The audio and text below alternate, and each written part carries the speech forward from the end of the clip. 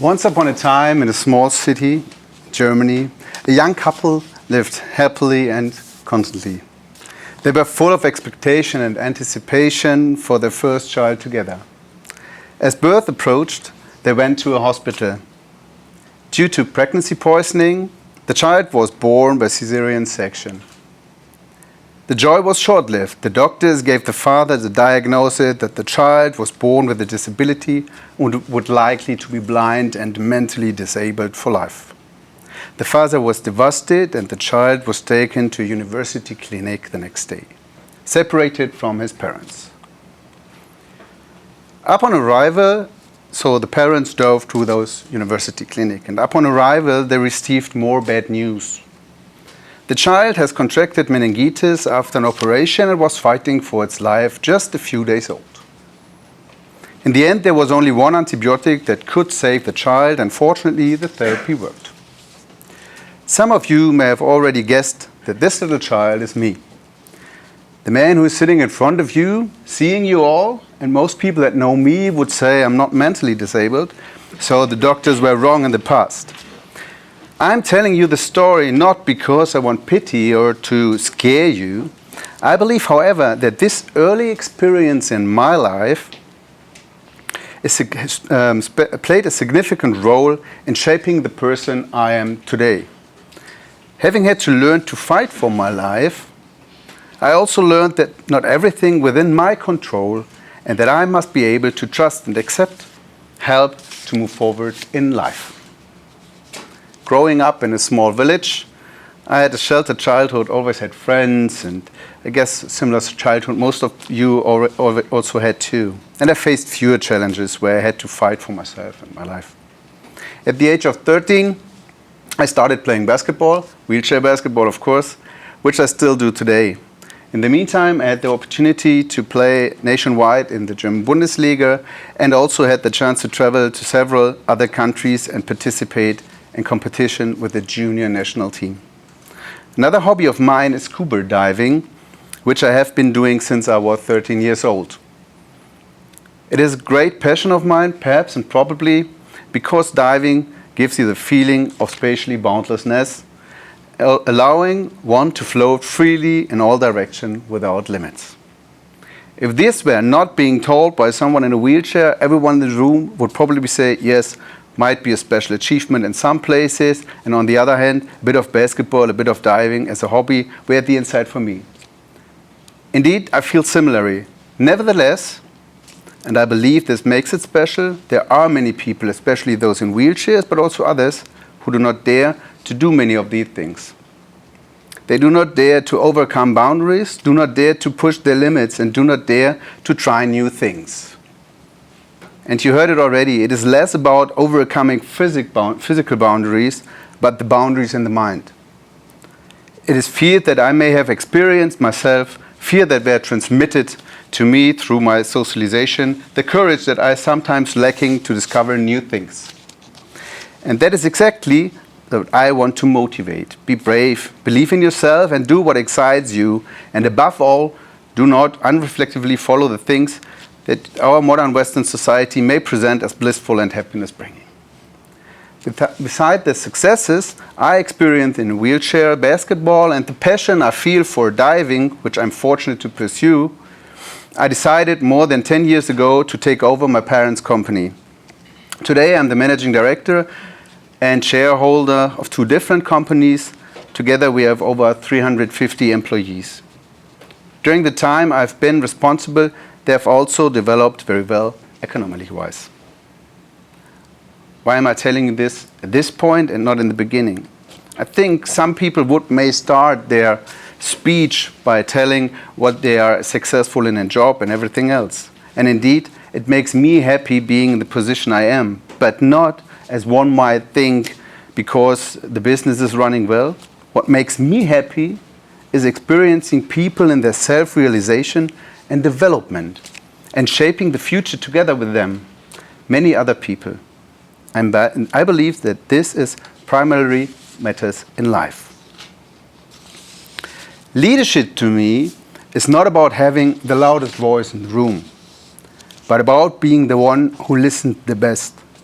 It is about creating spaces where others can thrive, regardless of their circumstances.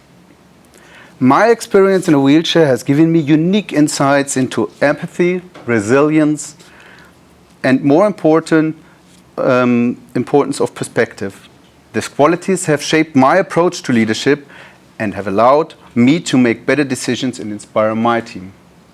I believe leadership in a wheelchair or any position of perceived limitation relies on 3 pillars. There's perspective, presence, and purpose. Perspective in first place. My wheelchair gives me literally and metaphorically a different view. I see what others overlook. For instance, in a meeting, I might notice the body language of someone who feels unheard, and I make it point to bring the voice into conversation. Presence. I cannot run into a room, but I can be fully present in it. That's what people remember. Being present means giving my full attention to a person in front of me, making them feel valued and understood. Purpose. When you have fought for your life, you don't lead for ego, you lead for meaning. My purpose is to create an environment where everyone can realize their potential, just as I've been able to realize mine. Now I'd like to invite you to a thought experiment. Close your eyes for a moment. Imagine you wake up tomorrow and something about your body has changed. You move differently. The world looks at you differently. Would you still lead? Would you still speak up? Would you still believe in your vision? Now open your eyes. The truth is, you don't need to wait for a life-changing event to lead with courage. Let me share a story from my company. There was a time when we faced a significant challenge. We had a pivot of business strategy due to market changes. My team was anxious and uncertain. I gathered everyone and shared my vision clearly. I listened to their concerns and incorporated their feedback. Together, we navigated the change successfully. The experiments reinforced my belief that leadership is about clarity, collaboration, and trust. Inclusive leadership is about recognizing and valuing the diverse perspective and experiences that each person brings to the table. It's about creating an environment where everyone feels seen, heard, and valued. Let me share another story. One of our projects was at risk of failing due to unforeseen challenges. Instead of dictating solutions, I brought the team together and encouraged open dialogue. We brainstormed, debated, and ultimately found a creative solution that none of us would have thought of alone. The experiments taught me the power of collective intelligence and the importance of fostering an inclusive environment where everyone's voice is valued. Now I'd like to ask you something. Think of a moment when you didn't speak up, when you held back. What stopped you? Was it fear? Was it doubt? The feeling of not being enough? Now imagine what would have happened if you had acted. And that's the space where leadership begins. In summary, and that's where I come to the end of my speech. It's my first TED Talk, by the way, and I Googled beforehand that these are short and get to the point quickly. What I do personally believe and what I have personally recognized as essential in today's time, I believe that my entry into my life has shaped me significantly. What it has given me is resilience. Nothing easily disturbs me. What I have learned and continue to learn because it's not my strengths is focus. What I have recognized as essential in life is to do what you are passionate about and not follow an environment that dictates what you should do.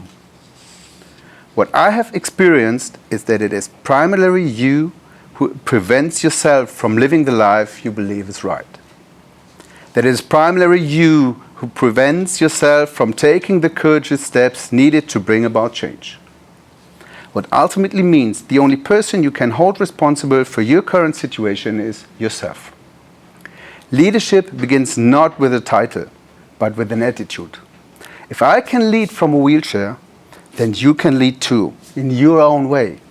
Leadership is not about being perfect, but about being courageous, human, and authentic. Thank you.